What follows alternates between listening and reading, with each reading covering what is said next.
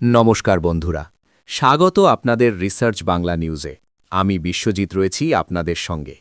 আজ আমি এমন একটি প্রশ্ন নিয়ে আপনাদের কানে কানে কথা বলতে চাই, যে প্রশ্নটা শুধু উত্তরাখণ্ডের নয়, শুধু একটি পরিবারের নয়। এই প্রশ্নটা আসলে আমাদের গণতন্ত্র, আমাদের ন্যায়বোধ আর আমাদের নীরবতার সম্মিলিত পরীক্ষা। উত্তরাখণ্ডের পাহাড়ে আজ যে গর্জন উঠছে, সেটা কি শুধুই ক্ষোভের শব্দ, নাকি ক্ষমতার বিরুদ্ধে জমে ওঠা দীর্ঘদিনের এক হিসাব? অঙ্কিতা ভান্ডারীর নামটা আজ আর শুধু একটি নাম নয়, এটা এক একটা প্রশ্ন, এক একটা আঘাত, এক একটা অস্বস্তির প্রতীক।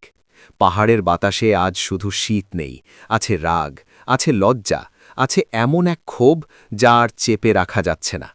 উত্তরাখণ্ডের শহর থেকে গ্রাম, পাহাড় থেকে সমতল, মানুষ রাস্তায় নেমেছে। কেন নেমেছে?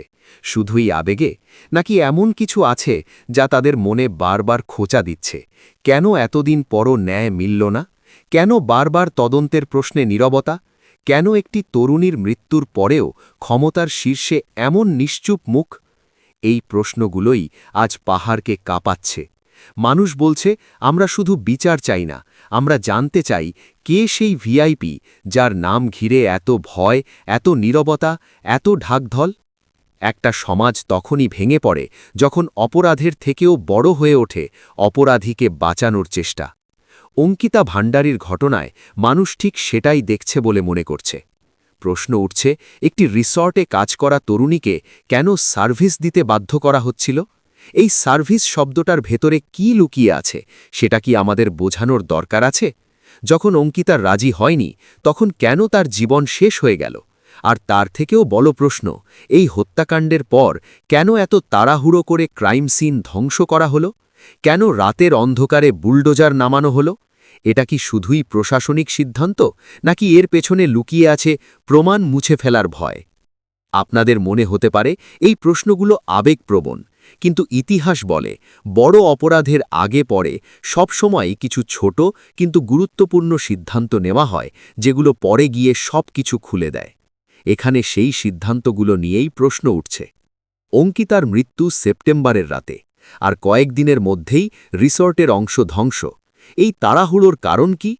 যদি তদন্তে কোনো সমস্যা না থাকে, যদি সত্যিই সবাই নির্দোষ হয়, তাহলে এত ভয় কিসের?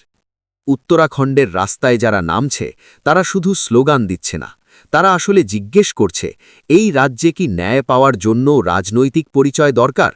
তারা জিজ্ঞেস করছে, দিল্লি এত চুপ কেন? যে দিল্লি বিশ্বমঞ্চে গলা তুলে কথা বলে, যে দিল্লি অন্য দেশের ঘটনায়ও বিবৃতি দেয়, সেই দিল্লি নিজের দেশের এক তরুণীর ন্যায়ের প্রশ্নে কেন এত নীরব? এই নীরবতাই আজ মানুষের রাগ বাড়িয়ে দিচ্ছে। আরও অস্বস্তির বিষয় হচ্ছে, এই ঘটনায় শাসক দলের ভেতর থেকেও কিছু মানুষ প্রকাশ্যে বলছে, আমরা লজ্জিত। একের পর এক পদত্যাগ সামনে আসছে।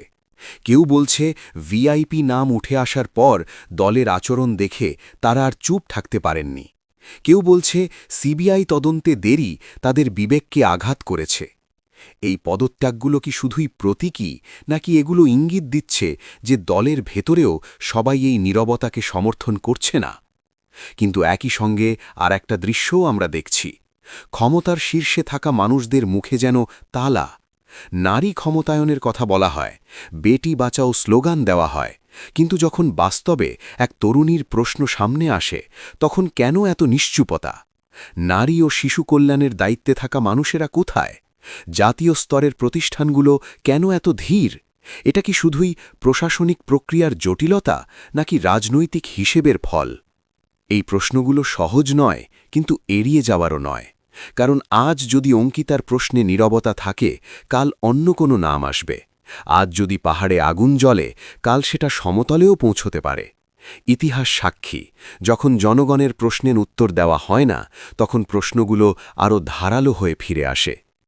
এখানে আরেকটা গুরুত্বপূর্ণ বিষয় আছে, ভিআইপি সংস্কৃতি। মানুষ বলছে, এই ভিআইপি আসলে কে? কেন তার নাম উচ্চারণ করতেও এত ভয়? গণতন্ত্রে কি কেউ এতটাই বড় হতে পারে যে তার নাম বললেই তদন্ত থেমে যাবে? যদি সত্যিই কেউ নির্দোষ হয়, তাহলে স্বচ্ছ তদন্তই তো তাকে সবচেয়ে বড় সুরক্ষা দিতে পারে। তাহলে তদন্তের ভয় কেন? উত্তরাখণ্ডের আন্দোলন তাই শুধু বিচার চাওয়ার আন্দোলন নয়, এটা ক্ষমতার জবাবদিহির আন্দোলন। এটা সেই প্রশ্ন যা প্রতিটি নাগরিকের মনে থাকা উচিত। আমাদের দেশে কি ন্যায় সবার জন্য সমান, নাকি ক্ষমতার কাছে ন্যায়ের মানে বদলে যায়? আমি এখানে কোনো সিদ্ধান্ত চাপিয়ে দিতে চাই না, আমি শুধু আপনাদের সঙ্গে ভাবতে চাই। কারণ এই লড়াই শুধু অঙ্কিতার নয়, এই লড়াই আসলে আমাদের সবার। আজ যারা রাস্তায় নামছে তারা আমাদের হয়ে প্রশ্ন করছে, আর আমরা যারা শুনছি আমাদেরও ঠিক করতে হবে আমরা কি শুধু শুনেই যাব, নাকি প্রশ্নটা নিজেদের প্রশ্ন বানাব। উত্তরাখণ্ডের পাহাড় আজ সাক্ষী দিচ্ছে এক অস্বস্তিকর সত্যের। সময় সব দেখছে, সব নথিভুক্ত করছে। ইতিহাস শেষ পর্যন্ত প্রশ্ন করবেই। সেই সময়ে যখন জনগণের প্রশ্নের উত্তর দেওয়া হয় না, তখন প্রশ্ন করবেই। সেই সময়ে যখন ন্যায়ের জন্য মানুষ রাস্তায় ছিল, তখন আপনি কোথায় ছিলেন? আর সবচেয়ে বড় প্রশ্নটা আমি আপনাদের জন্য রেখে যাচ্ছি, এই নীরবতা কি ভাঙবে, নাকি আমরা আবারও দেখব ক্ষমতার সামনে ন্যায় হার মেনে নিল? জবাব দেবেন আপনারা কমেন্ট বক্সে। ধন্যবাদ।